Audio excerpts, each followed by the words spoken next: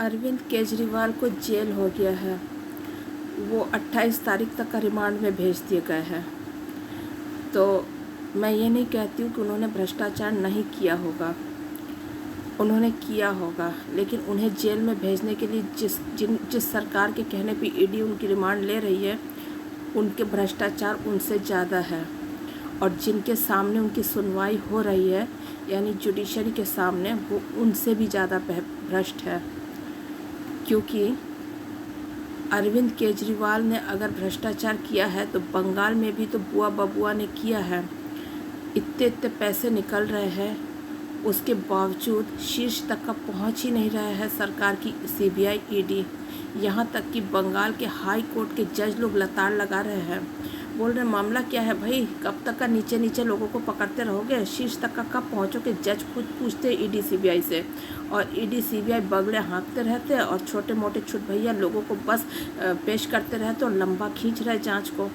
तो मामला क्या है, क्या वाकई में ये केंद्र सरकार ही ऐसा करा रही है ना? उनके भी ऊपर लोग बैठे हैं, और जो बैठे हैं उनके ऊपर, उनसे भी ऊपर कहीं अंतर्राष्ट्रीय स्तर में ही लोग बैठे होंगे। हम लोग देख रहे हैं कि इस मामले से ऐसी ऐसी चीज़ें बाहर निकल रही जो ये भी साबित कर रही है कि हमारी व्यवस्था सरगल गई है, और हम जिनको चुन के भेजते हैं, व्यवस्था पूरी तरह से उनके हाथ में भी नहीं है। ये हाईजैक्ड व्यवस्था है।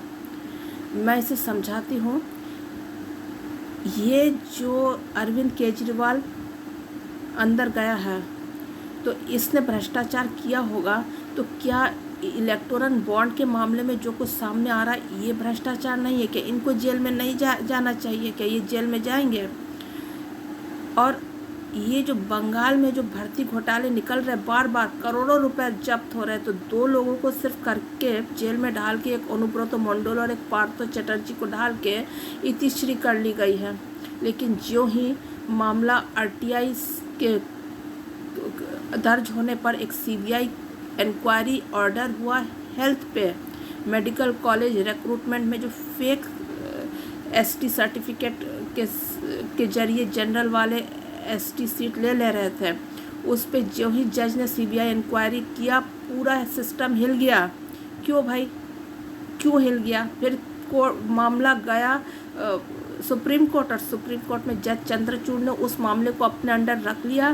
क्या उस मामले में एक भी हियरिंग हुई है? या मजाल है 10 नवंबर 2024 तक का, जब जज चंद्रचूड़ को रिटायरमेंट होगा तब तक का एक भी सुनवाई होगी? वो ठंडे बस्ते में डाला गया है। क्यों? ऐसी क्या बात है हेल्थ में? हेल्थ का केस बाहर आएगा तो कौन जो बाहर निकल सकती है? कोई ऐसी कोई गतिविधि है जिसमें एक महत्वपूर्ण कड़ी की तरह कोई व्यक्ति, बंगाल के मंत्रिमंडल का कोई व्यक्ति कार्य करता है, जिसके लिए जज लोगों ने इस तरह से बंगाल भर्ती घोटाले को रफा दफा किया? एक केस को जज चंद्रचूड़ ने रफा दफा किया अपने अंडर में रख के, और जज टी.एस. शिवगंगना में सारे केस जज अभिजीत गांगुली से ट्रांसफ़र कर दिए जज मंथा को। और उसके बाद ये जज अभिजीत गांगुली की ऐसी दुर्दशा हुई कि वो देखा आपने कैसे मंच पे आए और उनकी तरफ देख नहीं रहे, न सुकांत मजुमदार देख रहे हैं, न शुभेंदु अधिकारी, सब देख रहे हैं, सब कैसे गले पड़ गया है। और फिर वो सार्वजनिक तौर से कैसे झुक के मोदी जी का हाथ पकड़ के एक तरह से शरण ले रहे हो। ऐसा क्या बात है भाई? तो अरविंद केजरीवाल ने भ्रष्टाचार किया है, हम मान लेते हैं, मोदी जी ने भी किया है, और ममता दीदी, बुआ बबुआ ने भी किया है, उनके पूरे मंत्रिमंडल ने किया है। तो ऐसी क्या बात है अब दिल्ली के मामले में? क्या अरविंद केजरीवाल जेल में है और ये बुआ बबुआ बाहर है? तो उनने क्या किया है इस आधार पे नहीं, उनने क्या नहीं किया है, यही हम टटोल के देखते हैं। अरविंद केजरीवाल के मामले में मनी मैनिपुलेशन हुआ है, लेकिन एजेंट रिसोर्ट बांधो भी नहीं निकला है। यानी उन्होंने पैसा तो खाया है, लेकिन उसका कोई एक हिस्सा भी उन्होंने प्रभावशाली लोगों को खुश करने के लिए एजेंट रिसोर्ट बांधो भी सर्विस में नहीं लगाया है। ये दिख गया, क्योंकि ईडी सीबीआई कोई एजेंट रिसोर्ट बांधो भी नहीं निकाल पाई। अरविंद केजरीवाल इस दृष्टि से ठीक निकले। और यहाँ बंगाल में एजेंट रिसोर्ट बांधोबी की तो बाढ़ लग गई। बंगाल बॉर्डर से भी गड़बड़ हुआ है, और इधर भी हुआ है, सब दिख ही रहा है। प्रभावशाली लोगों के लिए भी एजेंट रिसोर्ट बांधोबी। तो क्या बात है भाई? मतलब जो सुनवाई कर रहे हैं और जो लेके गए सुनवाई के लिए, वो तो ज़्यादा बड़े भ्रष्ट लोग हैं अरविंद केजरीवाल से। तो इनकी सुनवाई कौन करेगा? मुझे लगता है बंगाल भर्ती में जो मेडिकल कॉलेज रिक्रूटमेंट में फर्जी कास्ट सर्टिफिकेट के आधार पे जो जनरल वालों ने एसटी लोगों का सीट ले लिया है, उस केस की सुनवाई समानांतर तौर पे होनी चाहिए और फास्ट ट्रैक ट्रायल कोर्ट में होनी चाहिए, और उसमें हेल्थ में जो जो इन्वॉल्व है वो बाहर आए, और तो तब जाके विश्वसनीयता बनी रहेगी सुप्रीम कोर्ट की कि हाँ भाई किसी पर्टिकुलर व्यक्ति को बचाने के लिए नहीं कर रहे वो लोग काम, वो वाकई में न्याय की दृष्टि से ही काम कर रहे हैं। अन्यथा तो यही लग रहा है ना कि ये तो बस शह मात का खेल कर रहे हैं, जुडिशरी के बड़े पदों में बैठ के पब्लिक के खून पसीने की कमाई से मौज कर रहे हैं, फुकट का राशन, फुकट का अदरली, फुकट का घर, फुकट का सब कुछ मिल रहा है, इज्जत मिल रहा है, सब कुछ मिल रहा है, और ये तो खेल कर रहा है। इलेक्टोरल बॉन्ड अगर भ्रष्टाचार है तो ईवीएम नहीं है क्या? ईवीएम तो सबसे बड़ा फर्जीवाड़ा है। 2019 का इलेक्शन जो ये जीत के आए हैं तो तभी अटक जाता, अगर 2018 में ही इलेक्टोरल बॉन्ड के केस को सुनवाई कर दी गई होती, उन्हें नहीं किया, तब उसे लटकाए रखा। बीच में कितने सारे विधानसभा चुनाव हो गए, तब भी लटकाए रखा। इलेक्टोरल बॉन्ड पे कोई सुनवाई तक का नहीं किया, ठंडे बस्ते में रखा। जो ही दिखा कि कहीं पे बंगाल वाली वकील मैडम पकड़ में आ सकती है, उन तक का जांच की आ सकती है, तो अगर उनके मुंह से कुछ निकला तो इनके भी तो सफ़ेद पोस्ट लोग जो दिल्ली में बैठे थे बुद्धिजीवी बन के जजमेंट दे रहे, उनके भी कुछ काले राज निकल सकते। हो सकता अपनी ही रक्षा में ही लोग ये सब कर रहे हैं। तो हमारी सिस्टम कितना सड़ गल गया, आप सोचिए। और ये बुआ बबुआ जो है वो भी अपने मंत्रिमंडल से उन मैडम को जो निकाल दे, नागपुर से मोहन भागवत जी बोले कि भाई अब तो हो गया, इनको निकाल दो, वो उसकी भी कोई बंदोबस्त नहीं है। उनको जो निकाल के किनारे कर दे जॉर्ज फर्नांडिस की तरह, वैसी भी संभावना नहीं है। तो वकील मैडम को अगर बुआ बबुआ निकालेंगे तो वो जेल चले जाएंगे। और इलेक्टोरल बॉन्ड का केस ऐसा खोल रखा है कि उनके साथ साथ बुआ बबुआ के जो नागपुर में बैठे बड़े लोग हैं वो भी जेल में चले जाएंगे। तो आप सोचिए व्यवस्था क्या हो चुकी है। जबकि इलेक्टोरल बॉन्ड केस में सुप्रीम कोर्ट कितना ईमानदार दिखने की कोशिश करे, वो खुद ही संदिग्ध है। उनका टाइमिंग इस इलेक्टोरल बॉन्ड को बाहर लाने का जो है वही संदिग्ध है, और ये कितना ही संदिग्ध काम करे, इतना आप जान लीजिए कि अरविंद केजरीवाल भी अंदर ही रहेगा, वो बाहर नहीं आएंगे। वो सत्येंद्र जैन और सिसोदिया की तरह अंदर ही रहेंगे। इसलिए नहीं कि वो तो भ्रष्ट है ही, भ्रष्टाचार तो किया ही होगा। इन बड़े पदों में आके भ्रष्टाचार करते हैं लोग। कुछ लोग कहेंगे भ्रष्टाचार है, कुछ कहेंगे मनी मैनिपुलेशन है। असल में उन्होंने सिर्फ पैसों का हेरा फेरी किया और इसको दूसरे प्रदेशों में लगा के चुनाव जीतने की सोची। बीच में उन्होंने एक काम तो भूल गए, उसका एक हिस्सा जो एजेंट रिसोर्ट बांधोभी सर्विस में लगाना पड़ता वो तो भूल गए, वो वाली अहम कड़ी भूल गए, तो वो तो जेल में जाएंगे। और अगर ममता दीदी को अगर लगे भी विवेक के तौर पे कि नहीं गलत हुआ है, ये मैडम को बाहर निकाल दे हम, तो वो तो खुद तो फंसेगी ही, वो तो खुद तो उनका बुआ बबुआ तो जेल जाएंगे ही। उनको जो बड़े लोग 98 से टीएमसी बना के जो पाल रहे हैं नागपुर वाले, और दिल्ली में उनकी सरकार है, वो सब भी जाएंगे। ऐसा इलेक्टोरल बॉन्ड का केस टाइमिंग के साथ सुप्रीम कोर्ट ने बाहर लाया है। तो देखिए, मुझे तो कोई लेन देन नहीं है, ये सबके सब भ्रष्ट है। तो अगर अरविंद केजरीवाल भ्रष्ट है तो उनसे ज़्यादा भ्रष्ट है बंगाल वाले बुआ बबुआ, और उनसे भी ज़्यादा भ्रष्ट तो बीजेपी आरएसएस है, जो हर तरह का भ्रष्टाचार और अनैतिकता किया है। इन्होंने सिर्फ बंगाल के बुआ बबुआ के जरिए पूरे मतलब बंगाल में कम से कम दिखा है, एजेंट रिसोर्ट बांधोभी सर्विस करके प्रभावशाली लोगों को वहाँ पे दलित घरों की बच्चे सप्लाई करके सिस्टम को सोचा था हाईजैक कर लेंगे। और अंतर्राष्ट्रीय बॉर्डर से भी लड़कियां विदेशों में बेची गई है। कई चार्टर्ड प्लेन में भी 300 बच्चे पकड़े गए थे, माइनर बच्चियाँ, जिनको कि दुबई से निकारागुआ भेज रहे थे, पेरिस में चार्टर्ड प्लेन पकड़ा गया, तो वो दुबई पहुँचे कैसे? तो ये गलत काम तो ये कर रहे हैं। लेकिन और ह्यूमन पेपिलोमा वायरस का भी देखिए ना, वो कोई बैक नहीं किए हैं। ह्यूमन पेपिलोमा वायरस 9 से 14 साल की बच्चों के लिए यूनिवर्सल इम्यूनाइजेशन में ह्यूमन पेपिलोमा वायरस का टीकाकरण भी शामिल हो चुका है बजट में। तो ये तो संदिग्ध है ही, लेकिन इनके ऊपर जो बैठे हुए लोग हैं ये भी कोई कम नहीं है।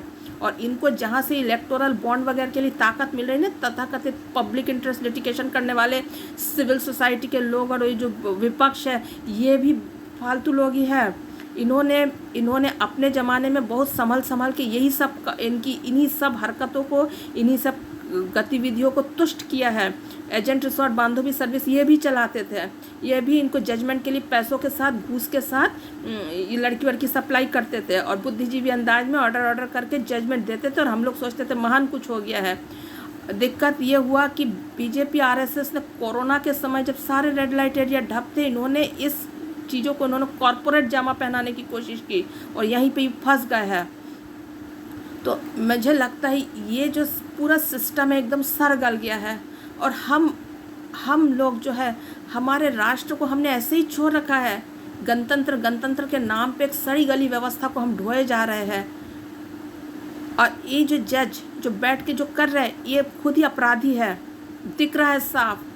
अगर बंगाल में मेडिकल कॉलेज रिक्रूटमेंट में जो फर्जी कास्ट सर्टिफिकेट वाला केस है जिसमें कि हेल्थ मिनिस्ट्री दायरे में आएंगी और राज्य मंत्री जो रही है 2011-12 से जो लगातार राज्य मंत्री है हेल्थ की, वो लपेटे में आएगी, उस केस को अगर पूरी तरह से रफा दफा कर रहे हैं सुप्रीम कोर्ट के जज, तो ये खुद संदिग्ध है, खुद सबसे ज़्यादा बेईमान भ्रष्ट तंत्र है फिर supreme court of India Bharat का। अगर इलेक्टोरल बॉन्ड केस और अरविंद केजरीवाल वाला केस को माना जाए कि भ्रष्टाचार का केस है, तो कोर्ट के सुनवाई, कोर्ट के निर्देश, कोर्ट की प्रोसीडिंग्स को तभी विश्वसनीयता के साथ देखा जा सकता है जब बंगाल भर्ती घोटाले का ये जो एस्पेक्ट है, मेडिकल कॉलेज रिक्रूटमेंट में फर्जी कास्ट सर्टिफिकेट वाला जो केस है जिसे चंद्रचूड़ ने जज अभिजीत गांगुली से लेकर खुद अपने अधीन रखा है, उसकी समानांतर फास्ट ट्रायल कोर्ट में सुनवाई करे।